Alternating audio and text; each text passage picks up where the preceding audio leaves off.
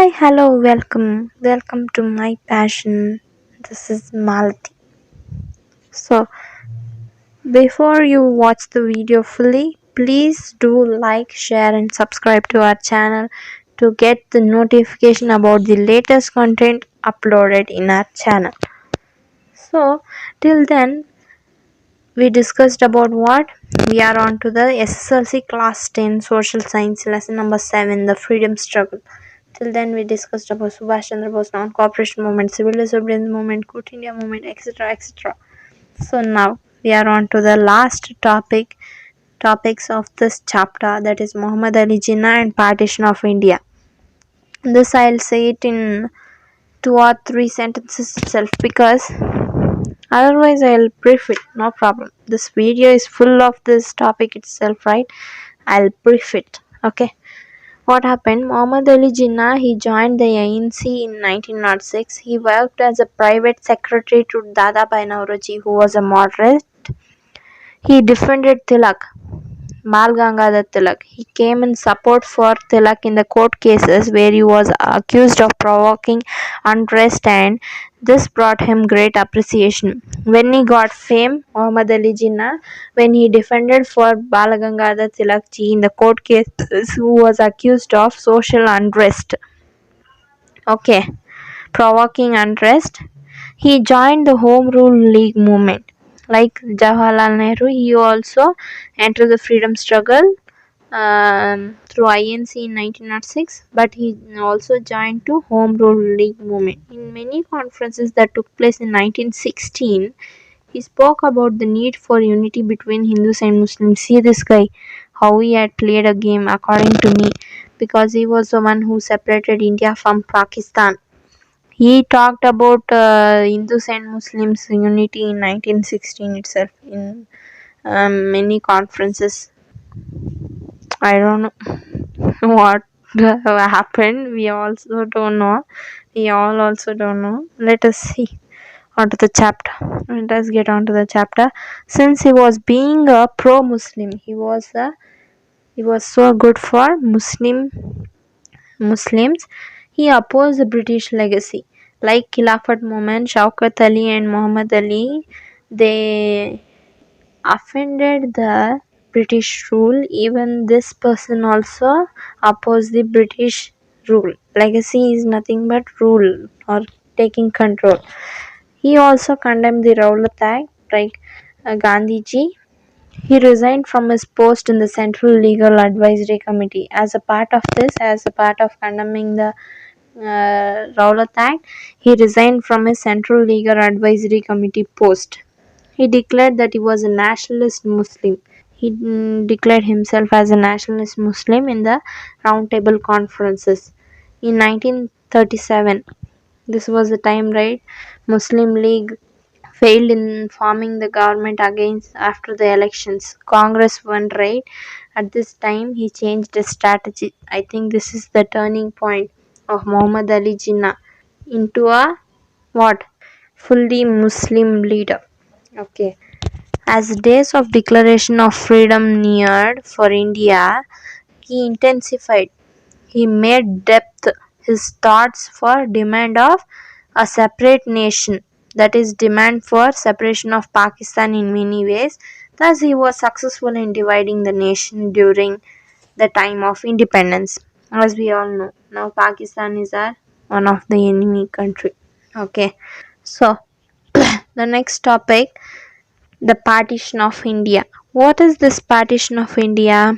Throughout the freedom struggle, the Congress supported a united India. Not like Muhammad Ali Jinnah, from the beginning to end, INC only aimed at what? Freedom of united India. Mean united India. The Muslim League, on the other hand, the Muslim League vice versa, what it demanded, it kept on demanding a nation for Muslims after the 1937 elections, and the Muslim League was not called to participate in the elections, right? At that time, what happened? This Muslim League kept on demanding for a separate nation for Muslims itself. In the Lahore session of the Muslim League that took place in 1940, Jinnah declared that Hindus and Muslims could never form a country. In the 1940 Lahore session of the Muslim League, he declared that this Muhammad Ali Jinnah, that guy itself, what he declared means, he declared that this Hindus and Muslims could never form a country. It is impossible for the Hindus and Muslims to be a one nation citizens. Okay. After the Second World War, the Labour Party came to power in Britain. After the Second World War, Labour Party came into existence in Britain, not in India, in Britain, that is in England. This England people are known as British, right? They are the British. It adopted various measures to solve the political imbroglio in India. For what purpose it was formed? It was formed to solve the political instability. Imbroglio means instability in Indian politics. It sent a cabinet mission to have talks with India about self-rule. What it made a cabinet mission and sent it to India to have talks about self-rule. You only rule your country, you only do whatever you want, but we need a proper Indian political rules. Okay, for this purpose, cabinet mission from a Labour Party formed in England was sent to India. This commission had talks with Congress and Muslim League, both of them, and it suggested federal form of government. What is the form of government of India? Federal Republican. It also recommended formation of a constitution preparation assembly. This is the base for draft committee. Okay, and establishment of an interim national government was proposed by this commission, cabinet mission itself. A difference of opinion arose between Congress and Muslim League, we know, regarding to what? Formation of interim government. It gave a call to observe 16th August 1946 as Direct Action Day. One mark question may be asked.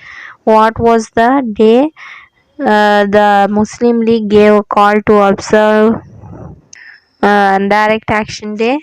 Direct Action Day means, you should get it in your mind, 16th August 1946. Stressing upon the forming of a separate nation for Muslims. Due to this, widespread communal riots took place throughout the country. For this purpose, many riots, many warlike, small wars, I can say, many violent activities happened in the all over the country. Thousands of Indians were brutally murdered. A cruel bloodshed happened in Bengal only. By whom? The fundamentalist Muslims, within a span of 48 hours, within 2 days, this fundamentalist Muslims, that is the traditional Muslims, what they did, they brutally killed thousands of Hindus in Bengal, which met under the the Muslim League did not participate in the Constituent Assembly, which met under the leadership of Rajendra Prasad. So first Constituent Assembly president was Rajendra Prasad. When he called for a Constituent Assembly meeting, this Muslim League did not join.